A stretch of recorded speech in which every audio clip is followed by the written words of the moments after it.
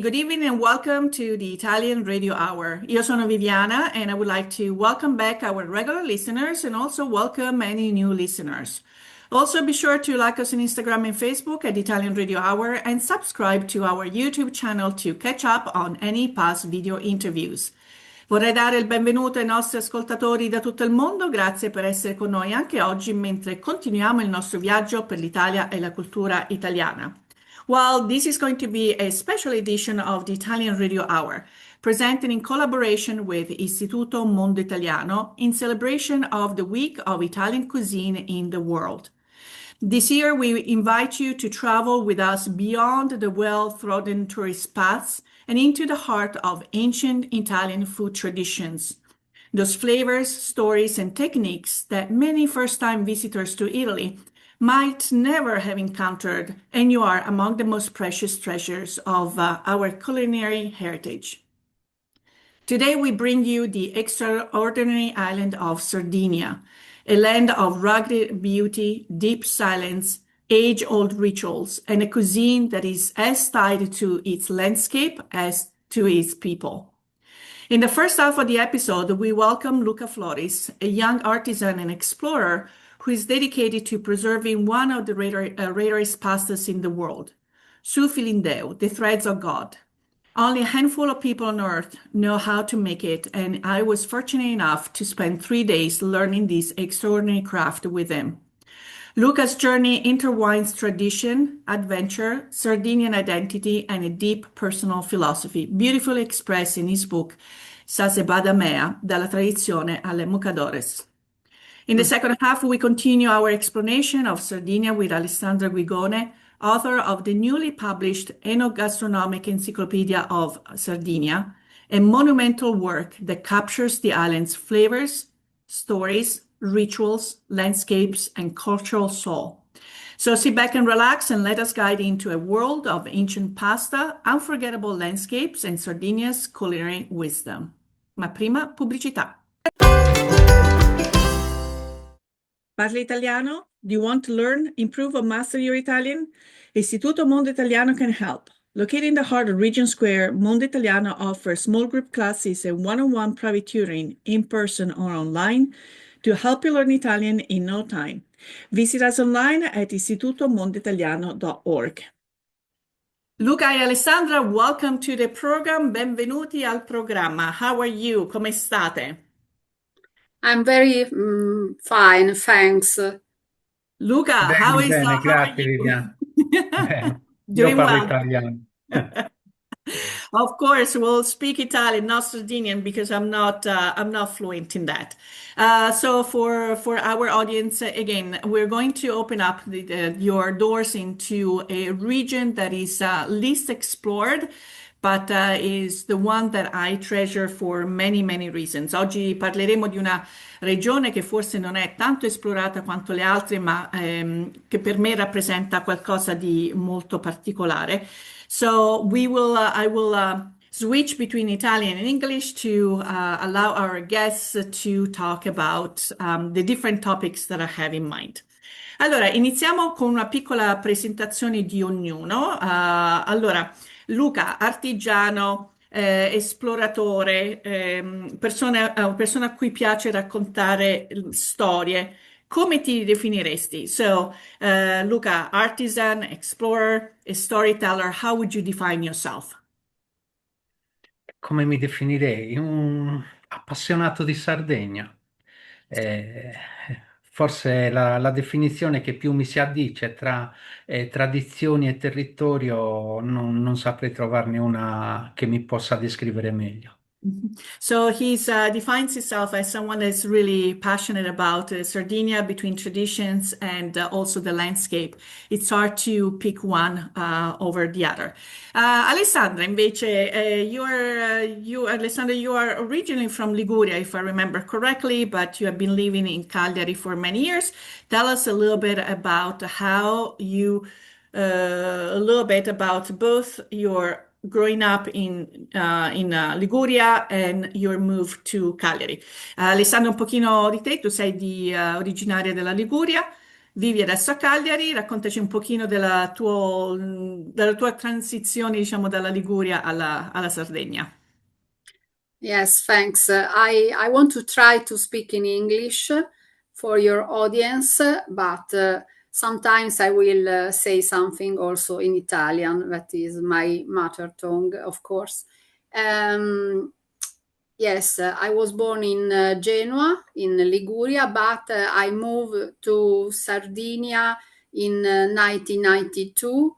So it's a lot of years, and I feel myself half Sardinian and half a Genoa girl, but more Sardinian than Genoese, of course. And I have always studied Sardinian food from an anthropological point of view, because I'm a cultural anthropologist and then I'm also a journalist. So I'm fond of Sardinian food as well as Luca. Wonderful. So, Luca, you mentioned the landscape, and I would like you to read kind of the introduction of your book that we're going to also mention about a wonderful representation of Sardinian food, which are the cebadas, to really get a feel for what Sardinian is all about.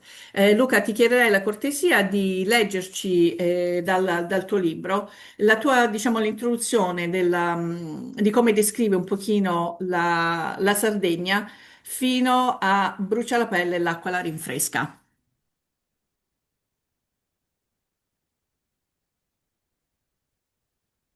Vado? Vai, vai. Se un gigante si mettesse di spalle alla Sardegna, con i piedi a bagno nel Mar Mediterraneo, e si stendesse, il suo cuore si ritroverebbe esattamente sopra Nuoro.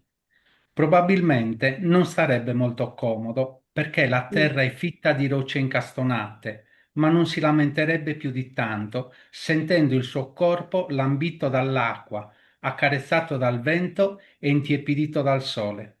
Avrebbe il capo in Costa Smeralda e le gambe verso Cagliari.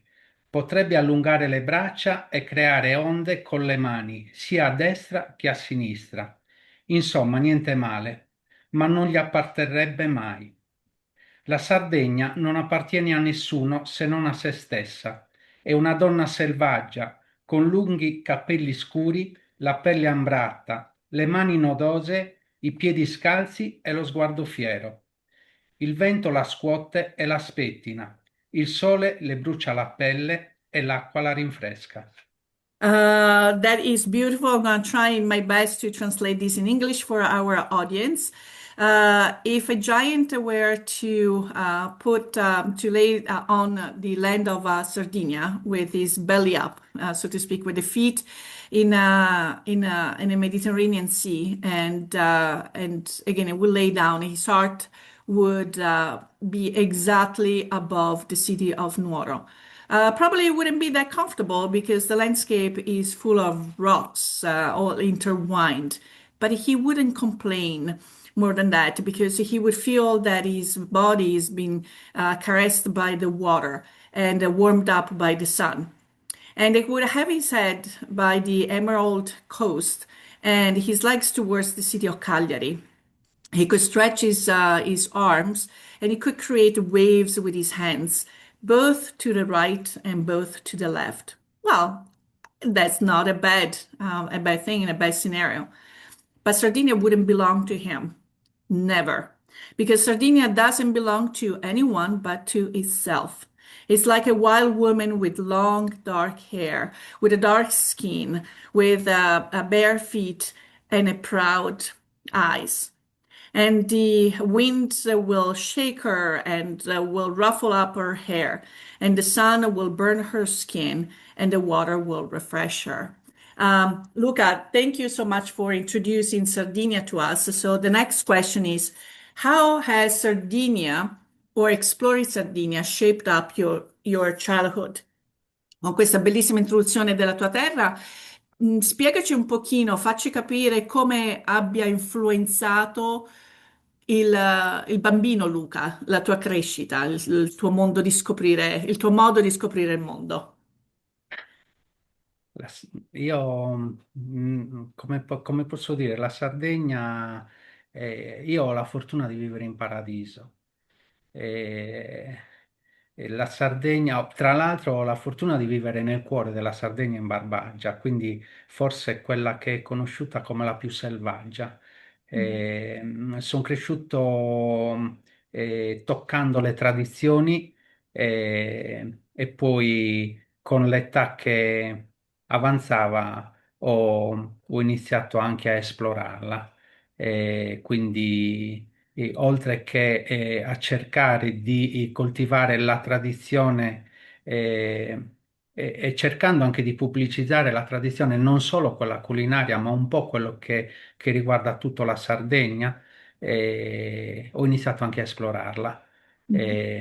Ho difficoltà a uscire fuori da questa terra perché ho sempre pensato che non che sia sbagliato viaggiare, attenzione, però ho sempre pensato che per poter viaggiare e apprezzare ciò che c'è fuori, è bene prima conoscere quello che calpesto ogni giorno, il posto dove cammino ogni giorno. So, Luca feels, he's living in paradise. He exactly lives in the heart of Sardinia in a region is called Barbagia and probably is kind of the wildest. And he grew up touching traditions. And as he grew older, he wanted to explore traditions. He wanted to cultivate those traditions and not only the culinary ones, and also make them known to others.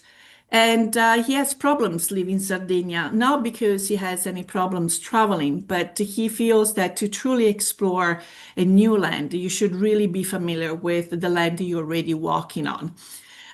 So this is a beautiful thought, and you are indeed living that combination of exploring and translating your explorations onto the table. Sei appunto una persona che vive veramente il desiderio di esplorare sia il mondo esterno che anche nella cucina. Adesso voglio condividere, I'm going to share one of the many passions of Luca that he's going to tell us what he was doing here. So, Luca, dove eri? Cosa stavi facendo? So he. Sì, qui stavamo facendo delle calate in corda, eravamo a picco sul mare. Uh-huh. Qui siamo vicino alle Bocche di Bonifacio, quindi nella punta più a nord della Sardegna. Esattamente siamo oddio, il posto vicino Agliento si chiama il paese più vicino, diciamo, a quella zona. È un posto meraviglioso. So Qui the image that we're seeing is Luca. He enjoys very much coming down the mountains, the rocks, and he's right above the sea by the Bocche di Bonifacio, which is probably one of the northernmost tips of Sardinia, in a little town, Aglielciu. Agliento, Agliento. Aliento. Okay.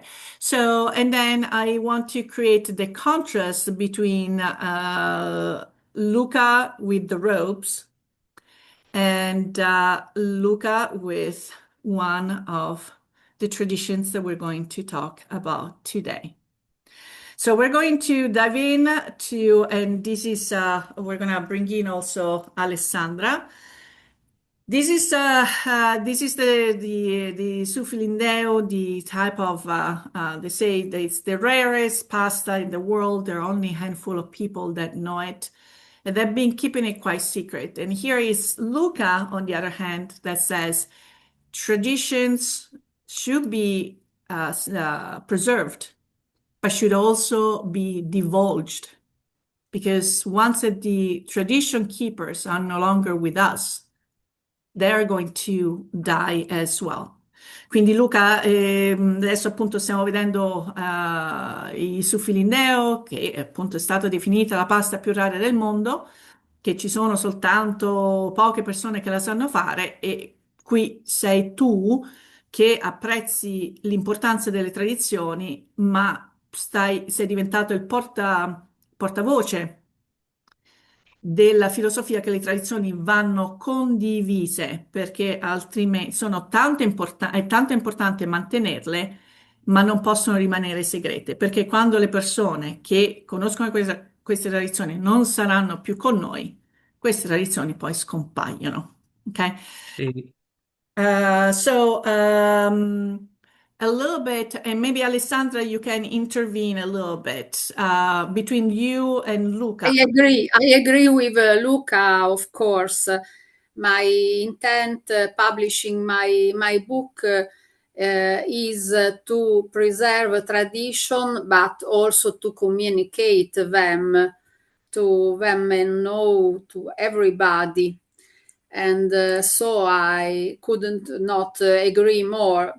In the last 20 years, during my research on field as an anthropologist, I have known a lot of teachers of pasta, bread, and so on. And they took their recipes to the grave. So we have lost these recipes forever.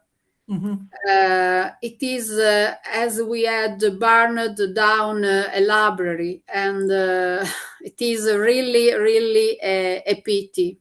I fight against this mental disposition not to share knowledge, not to share recipes, not to share things. I've done my encyclopedia because of it. Yes, and we will talk about the beautiful work that you have done, Alessandra.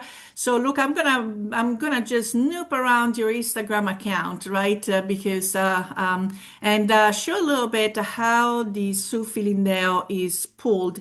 But before we talk about how it is made, let's talk about the history that is around this beautiful. I think that the word pasta is so restrictive. It's a work of art, ok? Luca, adesso io vado un attimo sul tuo account di Instagram, faccio vedere mentre tiri la pasta, ma prima di parlare di come si fa, possiamo per favore parlare un attimo della sua storia, storia di questa pasta e sento che la parola pasta è abbastanza restrittiva perché è veramente un'arte. Quindi spiegaci un pochino, c'è anche un pellegrinaggio, ci sono altre esperienze che bisogna apprezzare prima di parlare della pasta di per sé. Sì, allora, diciamo che le origini della pasta non si conoscono come data, ecco, non si può collocare la comparsa di questa lavorazione con una data certa. Sappiamo che ha fatto la sua comparsa da noi, e perlomeno quello che ci tramandano i racconti nell'Ottocento, intorno alla metà dell'Ottocento. Poi da qui in poi è tutto un raccontare. La pasta è una pasta tipica, nello specifico di Nuoro. È una pasta che viene preparata in occasione di una festa in modo particolare a noi molto cara, a noi nuoresi molto cara, che è la festa di San Francesco. Questa è una festa che che i nuoresi organizzano due volte all'anno, ed è una festa dedicata a San Francesco. Si svolge esattamente a maggio e poi a cavallo tra settembre, fine settembre e ottobre.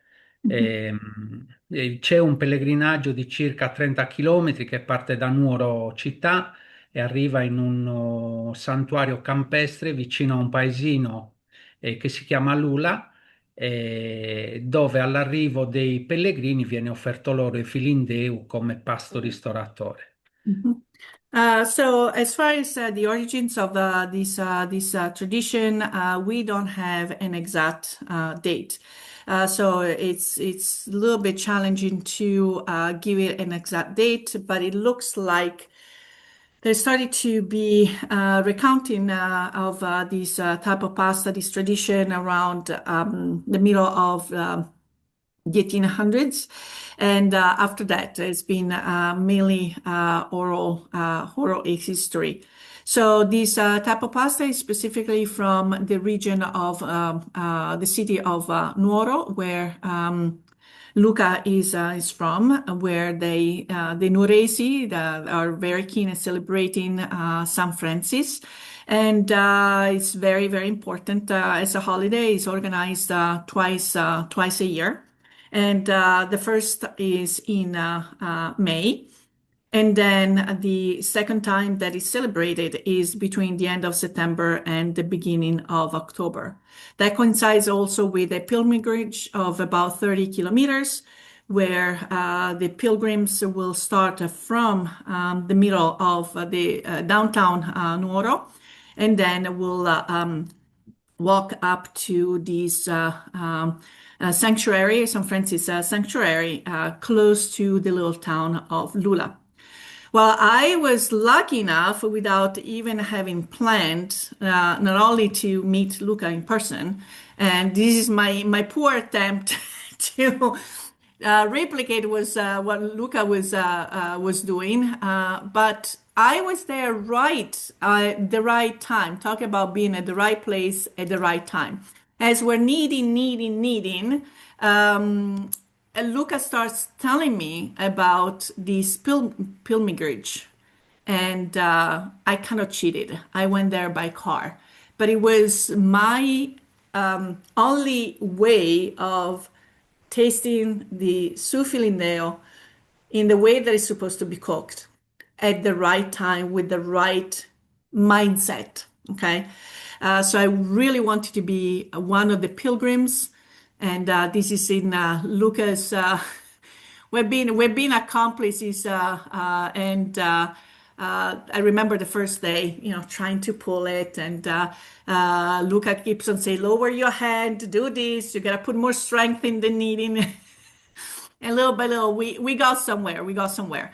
But it was very, here we go, the two. For those of you that are just watching, hearing this podcast, you should go onto the YouTube channel to see the two of us. But I was at the sanctuary. I attended the mass, stood in line like everyone else, and it was nice to see the little kids and the older generation all, waiting to have a little plate of suffilindeo, and then some other specialties. Una domanda per te, Luca, e poi un attimo ci spostiamo ad Alessandra. So you're opening the door to your house for people to come in and become part of this magic. How does it feel for you at the end of it, where someone has captured not only potentially the technique, but the true spirit of this experience? Luca, come ti senti quando tu hai ormai aperto le porte della tua dimora a chi è interessato ad imparare questa tradizione? Ma come ti senti quando arriva qualcuno e alla fine di questa esperienza senti che la persona non soltanto ha, così, non dico perfezionato perché è una cosa che ci vogliono decenni per perfezionare, ma ha veramente colto lo spirito di questa tradizione? Come mi sento? Sì, come, Bene, come ti senti? mi sento bene perché l'idea è di aver trasmesso qualcosa di così bello dà soddisfazione. Io leggo e guardo gli occhi delle persone, ho avuto anche persone che si sono messe a piangere. Ehm, e dà gioia, dà tanta soddisfazione. È proprio bello. E sono quelle sensazioni che se tu volessi metterle su un foglio di carta non riuscirei. È come guardare una foto e poi vedere quel posto dal vivo. Sono sensazioni completamente diverse. Non puoi descrivere quello che provi così a parole, bisogna viverle. Però, ripeto, sono delle sensazioni magnifiche perché so quanto quella persona può essere felice in quel momento, perché sono attimi che ho vissuto anch'io in passato e quindi riesco a immedesimarmi in quel sentimento, perché alla fine è un sentimento. Mhm. So when he feels that he has successfully transmitted the tradition, it's really something beautiful. Gives a great satisfaction. And I read people, I look them in the eyes, and some of them even cried. And it really gives a lot of satisfaction. And it's like a feeling that it's really hard to express, as if you are looking at a picture and then you actually go to the place and see it with your eyes. It's a wonderful, wonderful feeling, and to know that those people have felt the sense of happiness and joy, the same that I felt when I was in their place.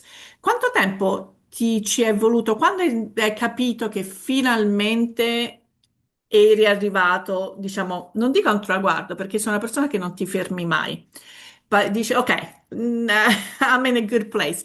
Allora, io devo ringraziare una persona in particolare che mi è stata molto d'aiuto, non dandomi ricette o non dandomi dosi, semplicemente mi ha sostenuto. Questa persona non abita nemmeno qui da noi perché è una grande maestra, è una grande cultrice, insomma, delle nostre tradizioni nel mondo. Vive a Tokyo e si chiama Claudia Casu. È una persona che mi ha sempre sostenuto e soprattutto mi ricordo delle situazioni dove io inviavo delle foto a lei e queste foto puntualmente tornavano indietro con delle correzioni da apportare, con delle crocette dove indicavano gli errori che commettevo. Finché un giorno la foto è ritornata indietro pulita. Ecco, da lì in poi è stato un viaggiare da solo. Okay, so he wants to acknowledge and thank and also give credit to a person that hasn't, is not the one that gave him the recipe per se or doses, but someone that has supported him in his journey. This person is not even located in Sardinia. She's actually in Tokyo, and her name is Claudia Casu, and she has always supported Luca in his journey. And so when he started his adventure, his journey into the making the soup Filindeu, he would send pictures to Claudia, and Claudia patiently would put little crosses on his work on the areas that he could improve. Until one time he sent a picture and the picture came back with no crosses. So, and then from there he started to fly on his own. And this is as of this morning, fresh to Fundu. They are just a work of art. Um, we could talk to Luca for a long time because then there is the whole conversation about the cebadas, but I want to switch to Alessandra for a little bit. Okay. Because Alessandra has made an Herculean efforts, è veramente un lavoro enorme che ha fatto, the release of the Enogastronomic Encyclopedia of Sardinia that recently came out, and it's about 660 pages worth of information of beautiful, over 1,000 products being talked about. But it's not just, oh, product A, product B, product C, and so forth. So I want Alessandra to guide us a little bit about getting a general idea of, you started and you talk about the Mediterranean diet, and then you talk about the traditional Sardinian diet. Yes. So I would like to talk a little bit about the two, let you talk a little bit about the two, because again, the traditions, the food, the su filindeu that is usually prepared in a mutton broth, okay, takes us back to the animals. So Alessandra, take it away. Yes, I don't know if I have understood your Sì, allora, question, but before I'd like to say something about Filindeu because I've studied it from an anthropological point of view. And so, as I learned from a marvelous book by Serventi e Saban on the history of pasta, Filindeu derives from the Arabic word fidavs, and they stated it. So, leading expert of the history of pasta think that this kind of pasta maybe has arrived from via the Spanish as early as in the Middle Ages, when fideuà was made in Barcelona and Fidelini in Liguria. So Fidelini, and fideuà have the same etymological origin. So this is the scientific etymology. Fili di Dio, thread of God, is the popular etymology, which is very evocative and suggests that this kind of pasta is a miracle, because it is a miracle and something magical, as Luca said before. Therefore, Chinese noodle are made in the same way, even if they put immediately in the broth. So it is the way this kind of pasta, thin spaghetti, were made by hands in the past. Okay, this is my opinion. yes, and because I have a background screen, it's hard to zoom. But when we talk about thin, we're talking about Yes, something that is almost like yes, the thread you use to sew something, if you manage to get to that. yes, And there is no guarantee that you're successful today and then you're successful tomorrow. So yeah. but, even the dough feels your energy or whether you're nervous. So as I said, it's an amazing experience. Yeah, So yes. so You have to feel the pasta under in your oh, hands. believe me, I know. Now I can say that I know. And Luca patiently, didn't give up on me. So, non ti sei arreso, mi hai sostenuto fino alla fine, Luca. Assolutamente sì, So yes, assolutamente sì. let's talk about the traditional Sardinian diet, la dieta tradizionale sarda. Ok, bisogna capire, te lo dico in italiano perché è molto complesso il discorso, di quale tradizione stiamo parlando, nel senso che la cucina sarda nei secoli è cambiata tantissimo e purtroppo, non avendo quasi ricette scritte sino alla seconda metà del Novecento, noi sappiamo qual era il cibo, ma non abbiamo le ricette. Il Allora, cibo fermati si... un attimi. Ok, Ah, so in order eh, in order ok, to talk about this tradition, We have to understand that also Sardinian cuisine has changed over centuries. Unfortunately, there are not written recipes, so until the second half of the 1900s, so we might know what people were eating, but not exactly how they were preparing the food. Sicuramente i cereali, alcuni grassi vegetali e animali, come l'olio d'oliva, l'olio di lentisco e il grasso, diciamo, del suino, erano utilizzati insieme ai legumi, come le fave, per chi non era fabico, le lenticchie, le cicerchie e altri legumi. Quindi questa base rimane sino alla seconda metà del Novecento, insieme all'utilizzo ovviamente del formaggio, il cui progenitore è il caglio di capretto, su Galle Gabrittu, e alcuni grassi animali, che però erano usati con molta oculatezza, perché nulla si sprecava, e quindi tipicamente, ti parlo della dieta tra l'Ottocento e la prima metà del Novecento, era una dieta in cui la domenica si mangiava la carne.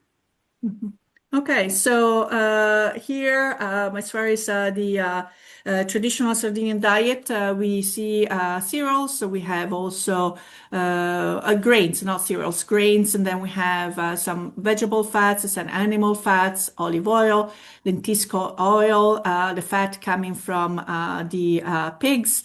And then we see a lot of legumes like fava beans, lentils, cicerchie, which is another type of bean, and other legumes.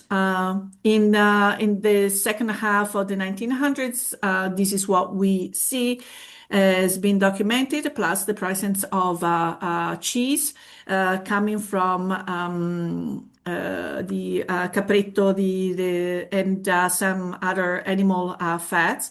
But everything was used with people were being parsimonious.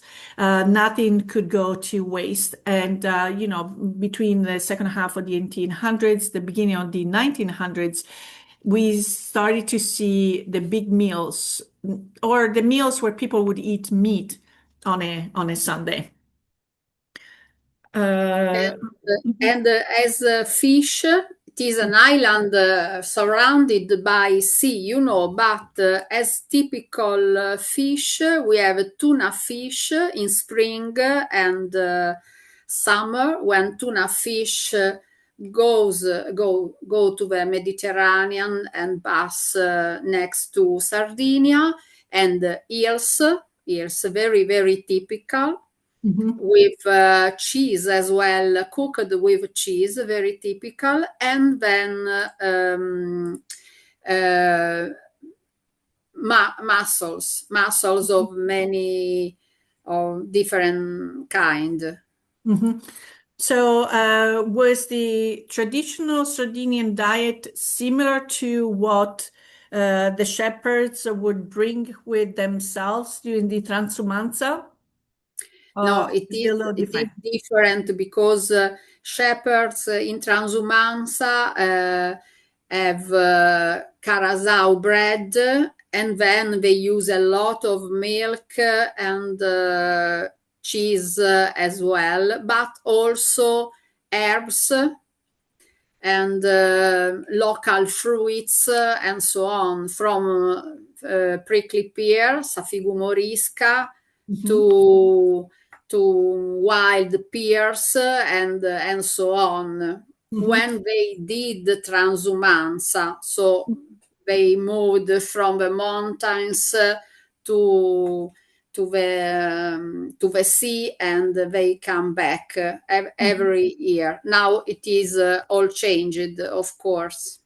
Do the Sardinian shepherds also come to the continent during transumanza to lend labor, or was it just the the Sardinian shepherds tend to remain in Sardegna. Quindi vediamo anche pastori sardi che arrivano nel continente durante il periodo della transumanza come forza lavoratrice o i pastori sardi tendevano a rimanere soltanto in Sardegna. Not during the transumanza, but a lot of Sardinian shepherds moved to Toscana, moved to other regions, and carried with them their ships and also the techniques of cheese making. So we have a lot of caseifici, of cheese farms in Toscana and so on that are of Sardinian people. Okay, wonderful. So we're going to take a quick break and we're going to move then into some sweet traditions of Sardinia. Don't go anywhere. Do you love Italian food? Want to learn the secrets of homemade pasta, sauces, and traditional recipes, just like Nana used to make? At Mondo Italiano, our authentic Italian cooking classes bring the taste of Italy right to Pittsburgh. From fresh pasta to regional specialties, every class is a delicious journey through Italy's culinary traditions. Spots fill quickly, so reserve your seat today. Call us at 412-478-2681 or find us online. Mondo Italiano, where Italy comes alive one dish at a time.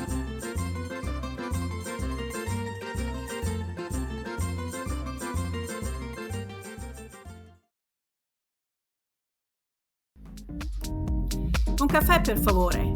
For more than 35 years, Pittsburgh has started its mornings with La Prima Espresso.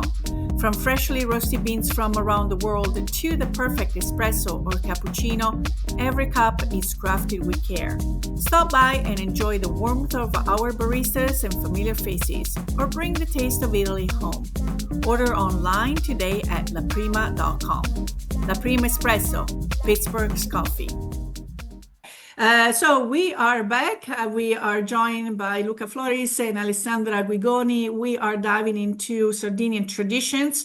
So we have been talking about the Sardinian diet. We talked about the diet of the shepherds during the Transumanza, but it's not all about and cheese. Cheese is so important in the Sardinian diet that we even see it in a sweet.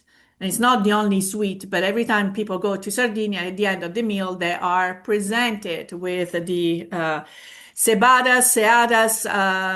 What is the correct pronunciation? Alessandra, give us some information about the this wonderful dessert. Luca, then I will ask you about your own. Okay, so. Seada now it is an IGP. I don't know how to say in Italian, in English, sorry, but IGP. It has a European trademark, such a brand of quality. Yes, it has a brand of quality since last year. So it is a very important tradition, but also production. And there are a lot of local industries that do it to sell also out of Sardinia. Yes. Okay. So Luca, tell us all about the cebadas. So what goes inside and how did you decide to create a work of art of this dessert? Luca, parlaci un attimo di questo dolce, quali sono gli ingredienti e di come e quando hai deciso di farne un capolavoro. Allora, la cebada o seada o seata dipende dalla zona in cui viene chiamata, perché ogni paese, diciamo, ha la sua pronuncia: cevada, cebada, savada. La nostra, diciamo che il nostro dolce più conosciuto, noi la chiamiamo anche la regina dei dolci sardi. Però c'è da dire una cosa, inizialmente non era un dolce, era un piatto salato. Era un piatto salato, ricollegandomi anche al discorso che faceva Alessandra, era un piatto che era il pasto anche dei pastori, veniva cotto e portato in campagna con le greggi e consumato come un piatto salato, insomma. Okay, allora E, un attimo. So, yes, this dessert, cebada, seada, seata, the naming convention will change in the pronunciation based on the town or village that is prepared. And it is indeed the most well-known sweet tradition of Sardinia. They even call her the queen of Sardinian desserts. But we have to say that initially it was not a sweet tradition. It was not a dessert. It was actually a savory dish. That it was a dish of the shepherds, reconnecting to what Alessandra was talking about before. That was getting cooked and then brought out to the shepherds. Prego, Luca. E niente, poi l'idea, diciamo, di trasformarla un po', rispettandone sempre comunque quelli che sono gli ingredienti che la tradizione ci ha tramandato, è una lavorazione che ho deciso di rendere, non so neanche come definirla, perché all'occhio è sempre bello ciò che piace e non è detto che a tutti piaccia quello che faccio io. Comunque questa è una dedica fatta a mia madre dopo che insomma è venuta a mancare e mi è venuta l'idea di questa decorazione perché mamma faceva una sebada grande perché noi siamo quattro figli e la tagliava a spicchi, quattro spicchi. Io non ho fatto altro che tagliarla prima di cucinarla, no? Dando questa forma di ventaglio, chiamiamola così. E Mucadore perché dopo che ho iniziato a decorarla, una signora guardandola ha detto, le è uscita questa espressione in sardo, pare di un mucadore. Il mucadore è il fazzoletto che le donne, è il fazzoletto dell'abito tradizionale sardo e quindi per me quello era stato un grandissimo complimento. Cioè sembra un fazzoletto perché i fazzoletti degli abiti sardi sono decorati e cuciti a mano, a volte anche con dei fili d'oro. Quindi per me era, ripeto, un complimento enorme. Gli Okay. ingredienti Un attimo, un sono. attimo.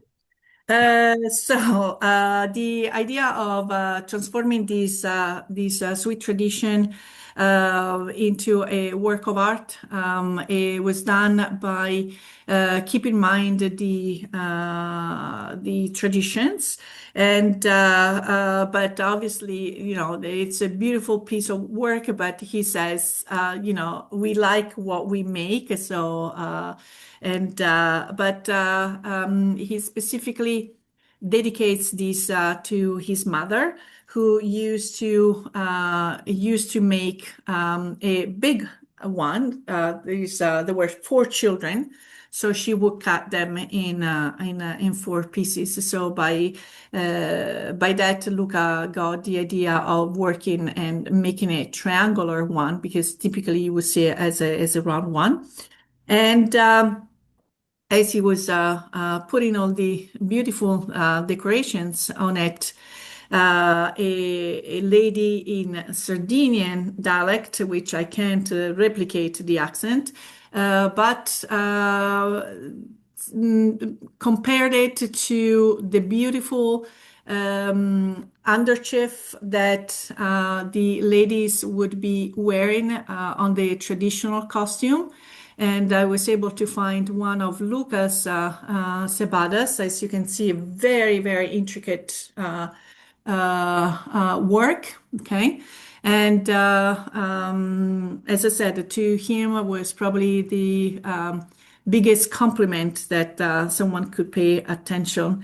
And the Mucadora, again, this underchief is hand sewn, very careful, and sometimes has even gold threads in it. Ingredients. Allora, gli ingredienti. sono, per quanto riguarda il ripieno, un formaggio, un pecorino fresco. E un pecorino fresco naturalmente si intende un pecorino che non ha visto salamoia. Questo formaggio viene fatto inacidire per- in modo tale che poi una volta che si lavora possa filare. Mhm. Quindi abbiamo un formaggio inacidito, lavorato in padella, da noi lo chiamiamo su casu furriao, quindi è il formaggio che viene rigirato in padella, che viene cotto in padella e viene aromatizzato con della scorza di limone. Mhm. Per quanto riguarda la sfoglia, è una pasta violata, è una pasta fatta di, io uso semola di grano duro, acqua, sale e lo strutto. Lo strutto che poi darà quella parte, diciamo, di croccantezza, di sapore in più, al tutto, insomma, al prodotto finale che deve essere cotto e cucinato in olio, in abbondante olio bollente. Mhm. Ok. Dopodiché servita a tavola con un buon miele, Mhm. possibilmente un miele di corbezzolo che gli dà un tocco un po' amarognolo al tutto, che noi diciamo che è la morte sua, però a onor del vero un qualsiasi buon miele va bene. Okay. So the ingredients, first of all, we're talking about the filling. The filling has to come from fresh pecorino cheese. So when we refer to fresh, it means it's not being left in brine. And the cheese has been becomes a little sour, so to speak, and it allows also the cheese to be able to be to melt and get a little stringy, and it's cooked in a pan. And to it, we are adding a little bit of orange zest, okay, and so that nice fresh orange flavor. And then, as far as the dough is what they call pasta violata, which I mistakenly thought initially that had to do with the color purple, but it's not the case because violata have nothing to do with. And that was one of my questions to Luca back in the day. But this pasta violata is made with durum wheat, water, salt, and fat. This fat is going to give the crunchiness and the extra flavor, and this beautiful ciabatta is fried in oil. Obviously, has to be hot. And once it's been cooked, then you drizzle honey on it. And Luca recommends honey made of corbezzolo, which I'll show it to you because I don't know the translation in English. And will be really the ideal type of honey, but any good quality honey will do. Vuoi aggiungere qualche altra cosa, Luca, sulla cebada? Che è buona. So his comment is like it is just good. Alessandra, something about so we talked about this rich tradition, but there are also some dessert of the poor, right? Ci sono i dolci dei poveri. Sì, Di- assolutamente, assolutamente. Intanto vorrei ricordare un altro dolce che può essere fatto con la ricotta o il formaggio, che è la pardola. sì. Un altro dolce del cuore, perché insomma è importante. Poi nel nuorese fanno le casadinas che possono essere dolci o salate. Io particolarmente adoro quelle salate, quindi la base è sempre quella. Sì, dolci dei poveri chiamati così perché chi non aveva le mandorle utilizzava i ceci, ad esempio, e quindi si facevano bollire i ceci e si mettevano in questi impasti, diciamo, con la semola, con un po' di scorza di limone, un po' di miele, perché anche lo zucchero era costoso e non tutti potevano permetterselo, magari qualche chicco d'uva che le spigolatrici poi anche andavano a raccogliere passata alla vendemmia, che facevano essiccare, e si faceva cuocere il tutto. Si faceva la classica forma a losanga, che è un simbolo arcaico, nuragico, di fertilità e di femminilità. La losanga non è casuale nei dolci sardi, infatti si fanno soprattutto per i matrimoni, per occasioni di questo tipo, e quindi una volta a forma di losanga si metteva sotto la classica foglia d'arancia o di limone e si consumava. Questo era un po' perché le mandorle non tutti le avevano ed erano, e sono anche adesso, sono un prodotto costoso. Mhm. So a couple other desserts to mention about Sardinia is the pardula. It's made of ricotta. The cassadinas that can be either sweet or savory, and Alessandra prefers the savory very much.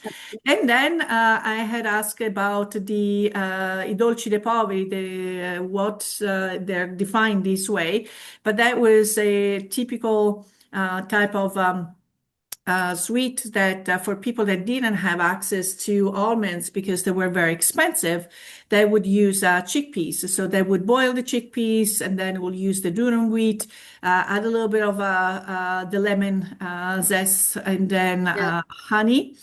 Because sugar was also very expensive, and then add some raisins, some that the ladies in the field will go and pick after the collection of the grapes. Everything was cooked together and then eventually was shaped in a lozenge. And the lozenge is not just a casual shape. It had a very archaic meaning, neuralgic meaning, and represents the femininity, fertility, and so forth. So we see that a lot in the design of Sardinian cookies or desserts. And then it was served, with under a leaf of orange or lemon. And again, this was something that people that couldn't afford almonds, and almonds are still very expensive, would resort to. We could talk about Sardinian food and wine. Let's also talk a little bit about the wine, Alessandra. Let's dive from dessert to wine, because there are also wine festivals. Again, we want to encourage people to come and visit your beautiful region when there are sagre and festivals. I was there in the month of August, and it was from one little town to another little town. Today is the Capretta. This time is going to be the Cocoedus. This time is. So let's talk about wine and Sardinia. Okay. I have to say that sagra derives from the word sacro and sacred. So in ancient times, sagra were done next to the Saint Patron feast or religious feast and so on. Now sagre are autonomous and are very mundane, diciamo, not connected so much to religion. There are a lot of wine festival because we have a lot of wines, different wines, and more than this, we have a lot of grape varieties, such as Carignano, Cannonau, Vermentino, Semidano, Cagnolari, Monica. They are different grape varieties. Muristellu, and so on. And some of them derives directly from the not domesticated one, from the wild types of grapes. And this is very, very important because Nuragic people done wines more than 3,000 years ago. So festival reflects these varieties of wine, grape varieties, and lot of cantine that we have more than 300 cantine that done bottles of wines. I cannot hear you. Okay, so so we are approaching 2026. I think this is going to be a very important year to celebrate, and correct me if I'm mistaken, the 100th anniversary of Grazia Deledda receiving the Nobel Prize for Literature.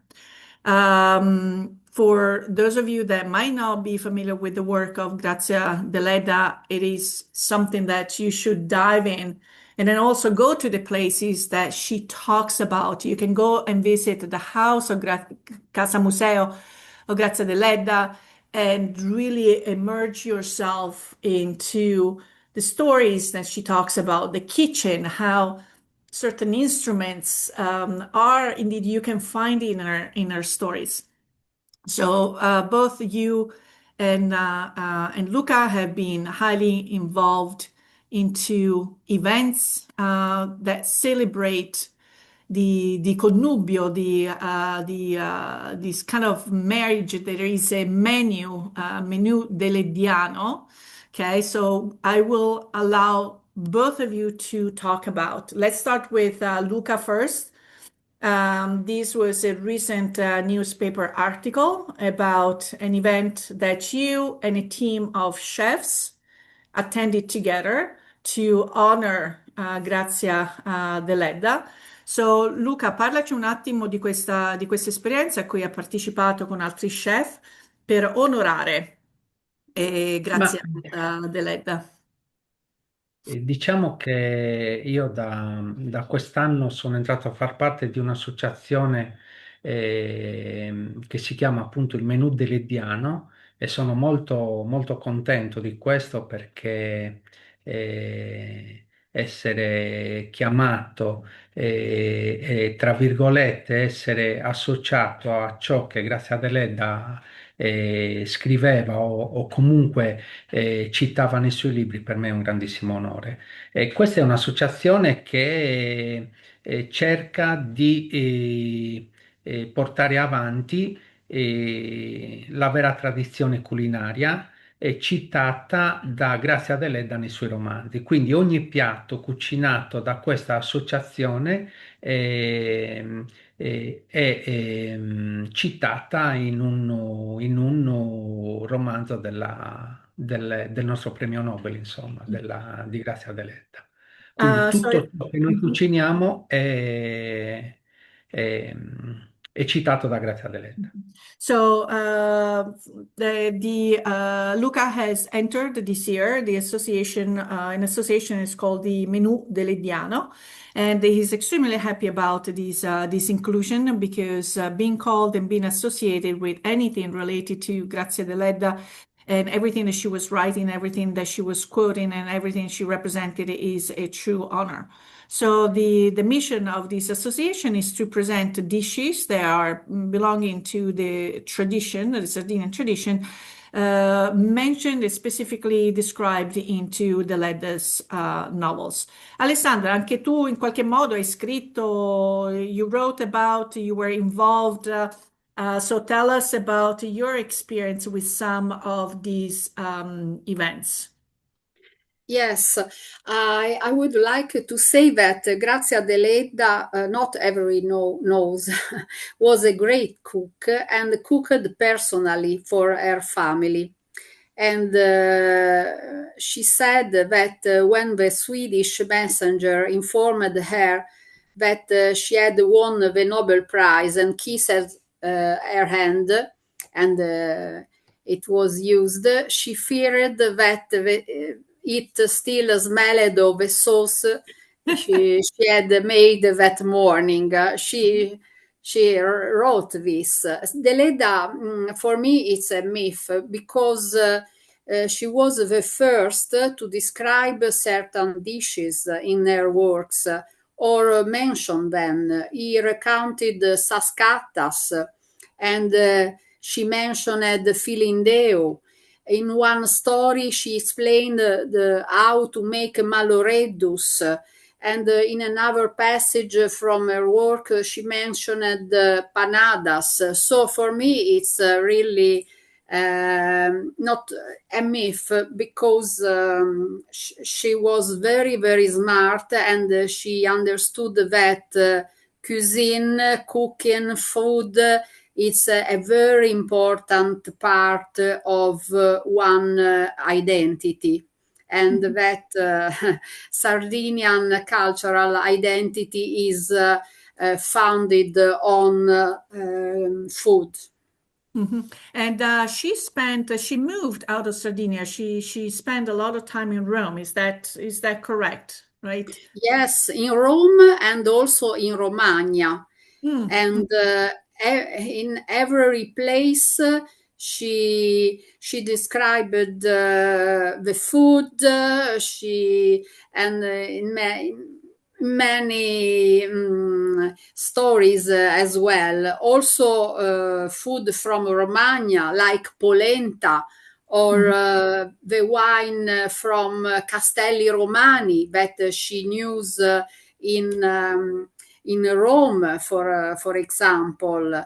And she also said that when she went to Sweden to receive the Nobel Prize, they toast with something that she said it seems to me to be mineral water because it was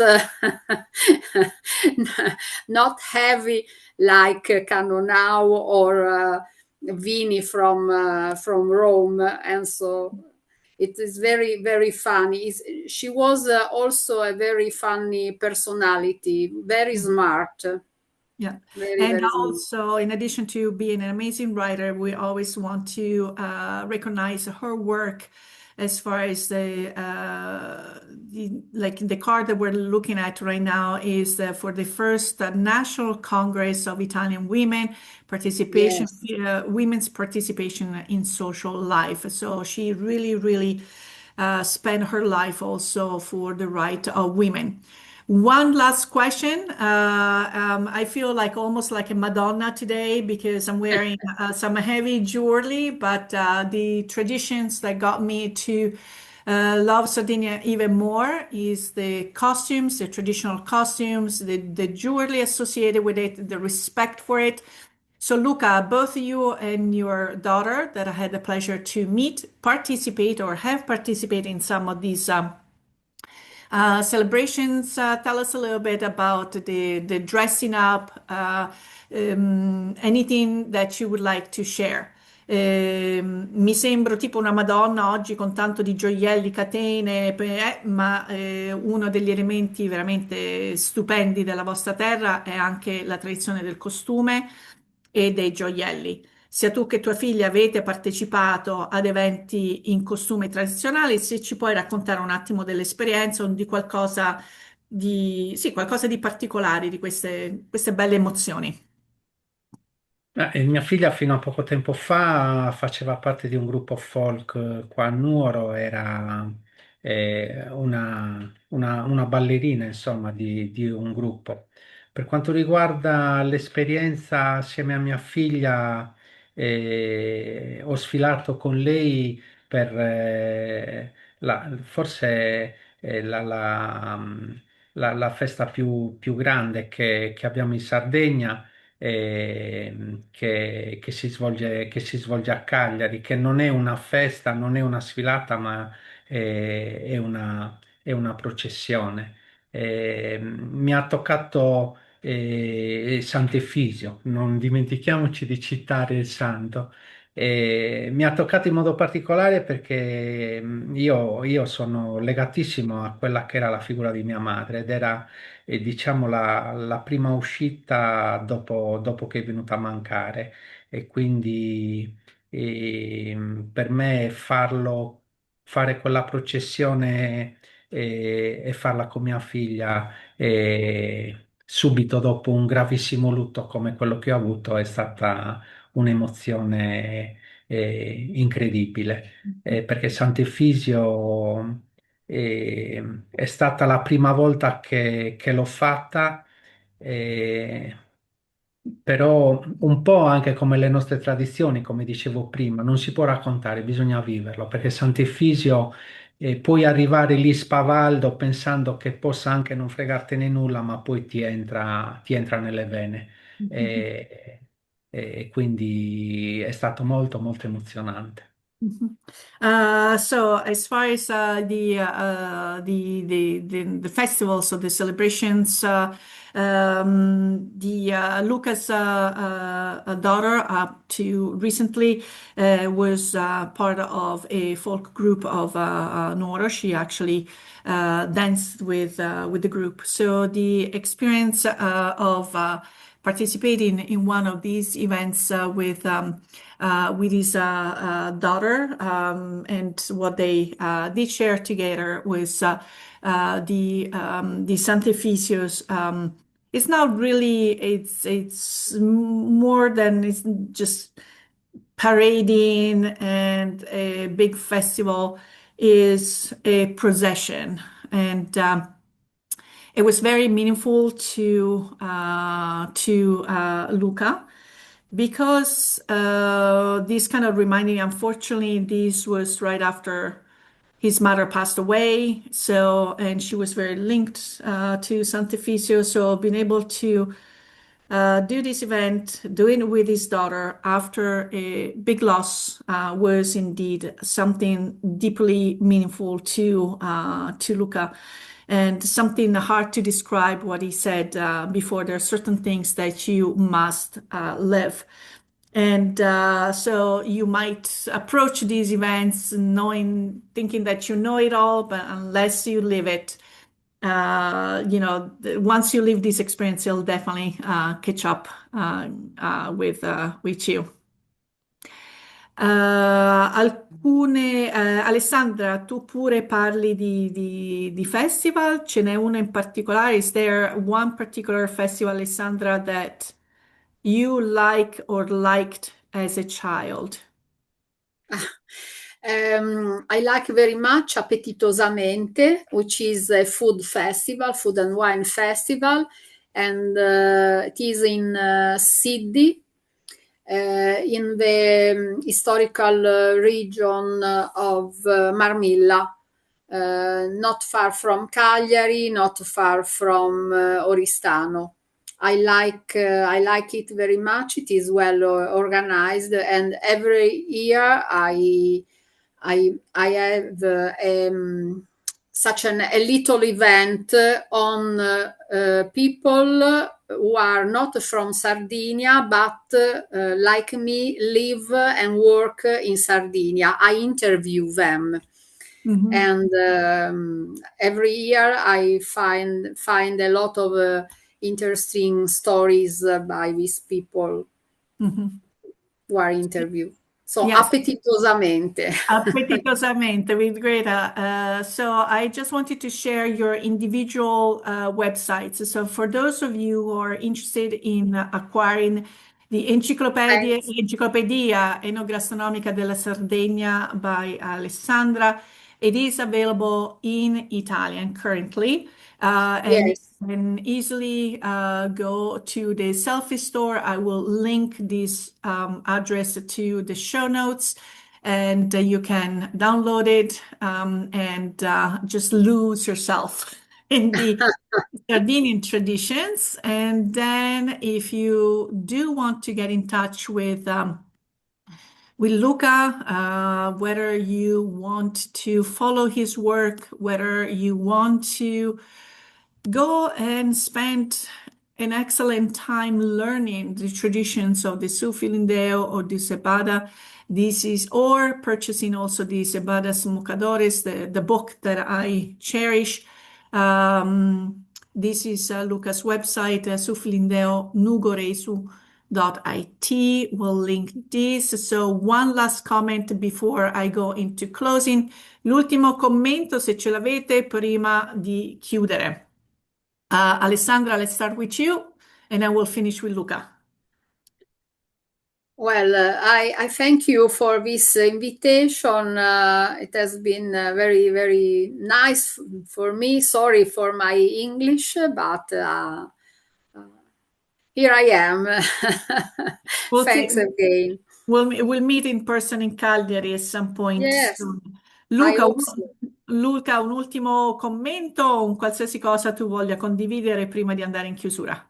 Un ultimo commento, niente, io invito tutti quanti a venire in Sardegna e invito tutti quanti a visitare l'interno della Sardegna, perché la Sardegna non è solo mare, la Sardegna è cibo, è cultura, è arte, è territorio e un po' anche mare, quindi venite in Sardegna. So Luca is invited us all to go to Sardinia and to visit the inland, because Sardinia is not just the seaside and the beach, its culture, its traditions, its the landscape, its food, and also the seaside. So unfortunately, our time together has come to an end. Il Big Ben ha detto stop, and it's time for us to say arrivederci e alla prossima. We want to thank you for tuning in into the program. If you have any questions or comments, or if you have any topics you would like us to address, please contact us at italianradiohour@gmail.com. We would love to hear from you. And remember, if you or any of your family and friends have missed a prior episode or would like to listen to this episode again, subscribe to the Italian Radio Hour on YouTube or where you catch your favorite podcast. And also don't forget to share this podcast, because sharing is caring. I would like to thank my guests once again, Alessandra Guigoni, Luca Floris, our sponsors, Istituto Mondo Italiano and La Prima Espresso. And until next time, alla prossima. Ciao ciao, or perhaps adiosu. Adiosu. Addio. In buona ora.